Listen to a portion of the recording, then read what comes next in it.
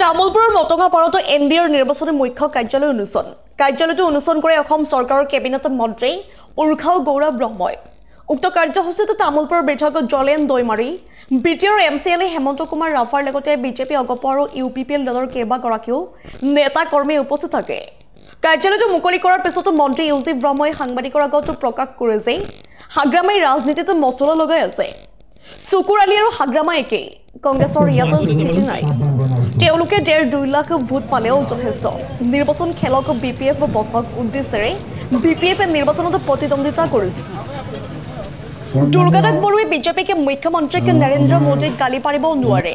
দিলীপ শইকীয়া, প্ৰমোদ বড়ো আৰু ইউপিপিএলক গালি পাৰি আছে। ইউপিপিএলক গালি পাৰি কি হ'ব? দৰং ওদালগুৰিতো এনডিএৰ পদুম ফুলহে আছে। মুখ্যমন্ত্ৰীৰ মৰমতহে দুৰ্গাদাস বড়ো জীয়াই আছে, এই কথা মুখ্যমন্ত্ৰীয়ে উল্লেখ কৰিছে। মুঠৰ ওপৰত আগন্তুক নিৰ্বাচনত বিৰোধী তথা বিপিএফ জিৰ'।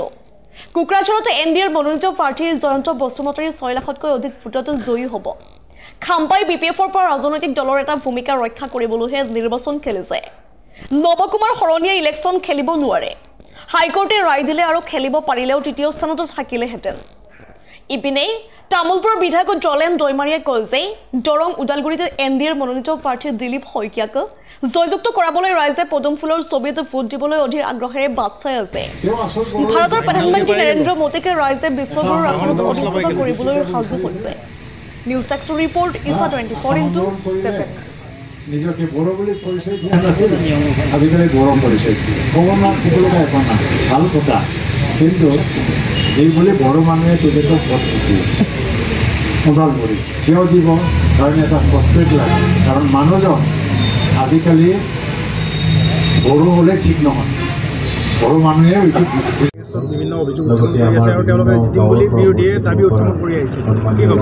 নাই, এটা কথা কওঁ, মানে মাধৱ ৰাজবংশী নামৰ মানুহজনক আজি বহুত বছৰৰ পিছত নামটো শুনিছোঁ। আৰু কংগ্ৰেছৰ ইয়াত স্থিতিও নাই। কংগ্ৰেছ 1.5 লাখ 2 লাখ ভোট যদি পায় ভাল কথা। আৰু দুৰ্গাদাস বড়ো ইয়াত ইলেকশ্যনটো জিকিবৰ কাৰণে অহা নাই। ইলেকশ্যন যিবিলাক তেওঁলোকৰ ভিতৰৰ কথা ময়ো গম পাওঁ, তেওঁলোকে আলোচনা কৰি আছে যে 2025 চনত কাউন্সিল ইলেকশ্যন হ'ব। এইবাৰ MP ইলেকশ্যনটো যদি খেলা নহয় তেতিয়া 25ত আমি খেলিব নোৱাৰিম। সেইকাৰণে এটা তেওঁলোকৰ উদ্দেশ্য হ'ল যে নিৰ্বাচন খেলক, BPF বচাওক। তাৰ কাৰণে তেওঁলোকে আহিছে। তাত দুৰ্গাদাস বড়ো গমেই পায়।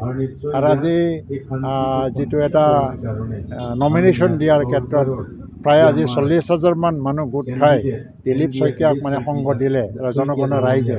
নমিনেশ্যনৰ সময়ত ইমান বৃহৎ সংখ্যক মানুহ এনেকুৱা হোৱাটো মই দেখা নাছিলোঁ, কোনেও দেখা নাই।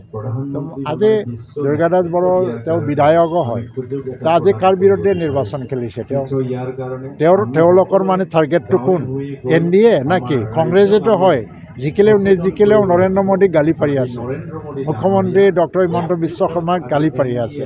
দুৰ্গাদাস বড়োৱে কাক প্ৰতিপক্ষ হিচাপে ধৰি লৈছে? দিলীপ শইকীয়াটো বিজেপি, কিন্তু দুৰ্গাদাস বড়ো বিজেপিকটো নাম লৈ পেলাই গালি পাৰিব পৰা নাই। না নৰেন্দ্ৰ মোদীক গালি পাৰিছে, না মুখ্যমন্ত্ৰীক গালি পাৰিছে, না ভৱেশ কলিতাক গালি পাৰিছে। গালি পাৰিছে কি ব্যক্তি হিচাপে দিলীপ শইকীয়া। আজি তামুলপুৰৰ নিৰ্বাচনী কাৰ্যালয় NDAৰ নিৰ্বাচনী কাৰ্যালয় উদ্বোধন কৰিবলৈ পাই মই ভাল লাগিছে। তামুলপুৰ এনেই জিকি যোৱা এটা সমষ্টি, বিধানসভা সমষ্টি হিচাপে, কাৰণ ইয়াত যিটো বিজেপিৰ দলীয় স্থিতি, UPPLৰ দলীয় স্থিতি আৰু কিছু এৰিয়াত AGPৰ যিটো স্থিতি দেখিবলৈ পাইছোঁ, তাত BPFৰ স্থিতি একেবাৰে শূন্য আৰু কংগ্ৰেছটো নায়েই। সেইকাৰণে ইয়াত বেছি টান নহ'ব, সেইকাৰণে ভাল লাগিছে। আৰু মই আশা কৰিছোঁ তামুলপুৰ সমষ্টিয়ে কমচে কম মানে অন্য সমষ্টিৰ তুলনাত বেছিকৈ যাতে মানে কণ্ট্ৰিবিউট কৰিব পাৰে দিলীপ শইকীয়া ডাঙৰীয়া জিকি যোৱাৰ ক্ষেত্ৰত। আৰু দৰং ওদালগুৰিটো অলপ ডাঙৰ সমষ্টি হয়। আমাৰ 11টা বিধানসভা সমষ্টি আছে আৰু তাত প্ৰায় 21 লাখতকৈ বেছি ভোটাৰ্ছ ৰাইজ আছে। তাতে যদি আমি 15-16 লাখ মান যদি ভোট হোৱা যদি ধৰি লওঁ, তেতিয়া যিটো এটা এছেছমেণ্ট আমি চলাই আছোঁ, কাৰণ BPF জিৰ' হৈ আছে। ইয়াত যিটো কাউন্সিলৰ MCLA এজনে আছে দৰং ওদালগুৰি, ফ্ৰেছ মছাৰী, বাকী ক'তো মানে BPFৰ MCLA নাই।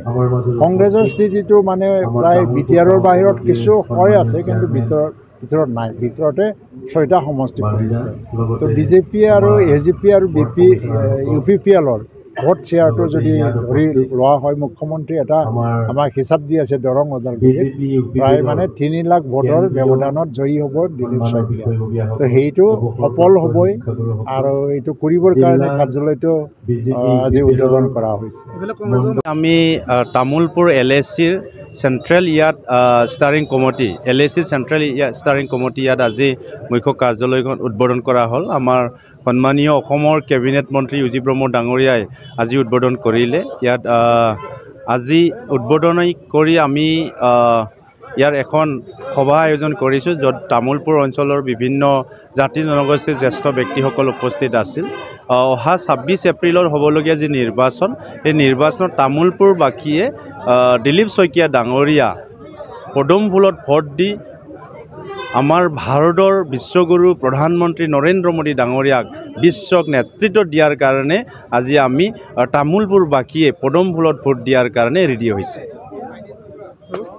কোনো কাৰণত প্ৰত্যাহ্বানে হ'ব নালাগে কংগ্ৰেছটো নহয়ে কংগ্ৰেছ আগত আছিলে তামোলপুৰত কংগ্ৰেছৰ এটা প্ৰভাৱ নোহোৱা নহয় কিন্তু আজিকালি কংগ্ৰেছ নাই আৰু কেণ্ডিডেট মাধৱ ৰাজবংশী বহু বছৰলৈকে বহি থকা এইজন মানুহে কিয় ইলেকশ্যন কৰিছে মই আমিতো ক'ব নোৱাৰোঁ কাৰণ কংগ্ৰেছৰ বেঞ্চ বুলিওতো নাই AIUDF আহি গ'ল তো AIUDFটো কাক ভোট দিয়ে কাক ভোট নিদিয়ে সেইটো আমি ক'ব নোৱাৰোঁ কিন্তু BPFৰ দেউতাদাৰ ঘৰ আজি নিৰ্বাচনত খেলিছে তেখেতসকলৰ ভিতৰুৱা কথাবিলাক কওঁ যে নিৰ্বাচন খেলক BPF বচাওক এইটোৱেইতো তেওঁলোকৰ উদ্দেশ্য এই নিৰ্বাচন যদি নেখেলিলেহেঁতেন BPF 0 হৈ গ'লে দৰঙত আৰু 25ত কাক লৈ পেলাই